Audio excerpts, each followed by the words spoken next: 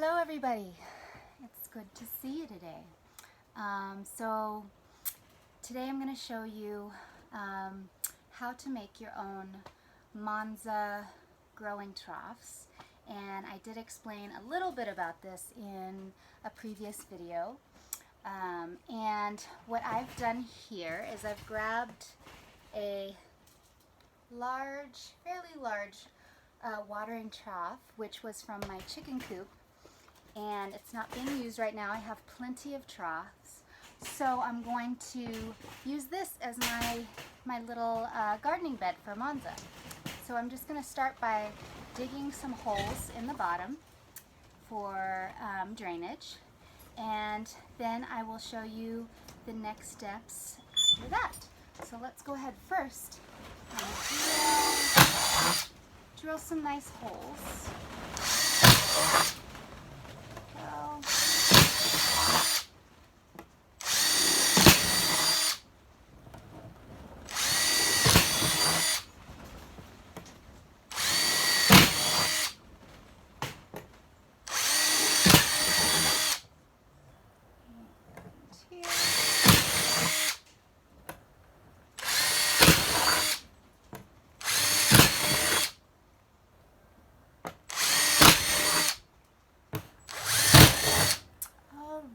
That should be pretty good. So let me just show you my holes. I'm going to clean up my plastic pieces here. And this is BPH free plastic. So here's my trough. I think you can see that. Some nice holes. And then I will show you the next steps. Here we go. Let's just get right into it actually. Alright, so I am using, let me grab this again, I'm using the Mother Earth TerraCraft potting soil, organic potting soil, and I don't remember ever trying this before. I usually use Happy Frog potting soil, but it's fun to play around with different soils. And you can, with this watering trough, you can add rocks or pieces of clay pots or sand, just to better help the drainage, because we don't want our roots to rot. We don't want standing water in our trough. So I'm going to grab this bag that's already open and stand up here, fill my trough with soil. Pretty self-explanatory, pretty simple, and then spread it around. And I want a pretty good amount of soil in here, because the roots in nature, they grow fairly deep, not too deep, but you know, about a ½ inch to an inch below the soil. And I really like to do everything as much as I can with prayerful intention. So just giving gratitude to God for this abundance of medicine, and just asking God to just bless this soil, bless these plants, and for an abundant harvest. Okay. So now I'm going to grab my box of Mansa that I cleaned the other day and sorted through and picked out these little baby roots and split some of the larger roots into planting size roots. And when you do split the Mansa, I didn't mention this in the other video, you want to plant the side with this little spout at the end, with the leaves at the end, this little cone or crown. Because if you plant just the side without that, it's not going to grow. It's not going to grow for you. So, but you can use that part for medicine. So let's grab. I should set this over here. I'm going to grab some of these smaller little roots here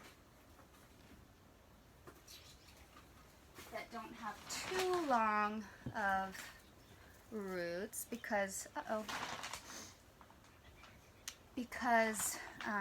you know, this is only so deep, and Mansa is pretty hardy. It's going to manage the roots. These ends are going to intermix with the other roots, and it's pretty hard to go wrong is my point.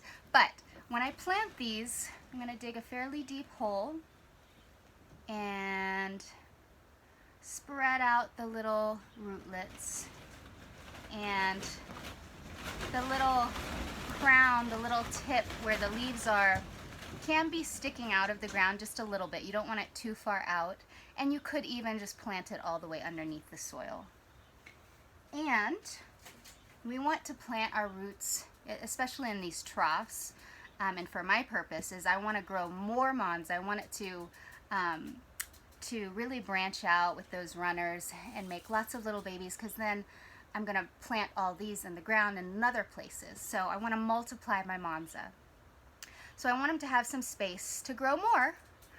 So I'm going to just put 2 in a row here and plant those in. And you can pre-water your soil just to get it nice and moist to begin with. I didn't this time, but I'm going to give it a nice deep soaking here in just a minute. So I'm going to spread these out about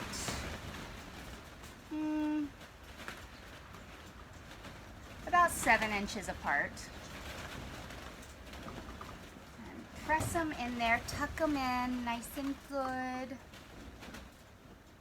Plant these little babies together. They do like to be together, and they will clump up around each other. In another video, I'll show you what they look like in nature, and they grow these giant patches, beautiful, magnificent patches, and all close together in their little Mansa community. All right, last one. So I got about 2, 4, 6 in here in this trough, but I'll get lots more.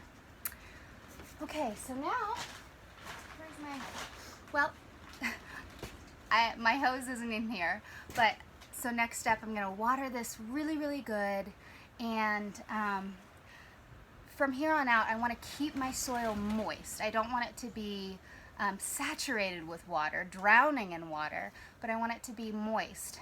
It's okay if it dries out a little bit. It does happen, and sometimes that can make plants grow stronger. But in this case, because Mansa likes to grow near water, I'm going to keep this pretty wet and moist, and especially because it's about to be leaf time, and they're going to start sprouting these beautiful green leaves and these giant white flowers with this huge cone on top, beautiful white petals, and sometimes the white petals also have little spots of orange and pink in them as well. And again, I'll show you in a different video stages of Mansa. So I'm gonna go ahead and spray these off, and I hope that you enjoyed this video. I hope you learned a little bit about planting Mansa, and have an amazing day. Have fun planting your own Mansa, and if you're looking for fresh Mansa roots to plant in your garden, reach out to me and I'm happy to send you some. So happy gardening, take care of yourself, and take care of each other.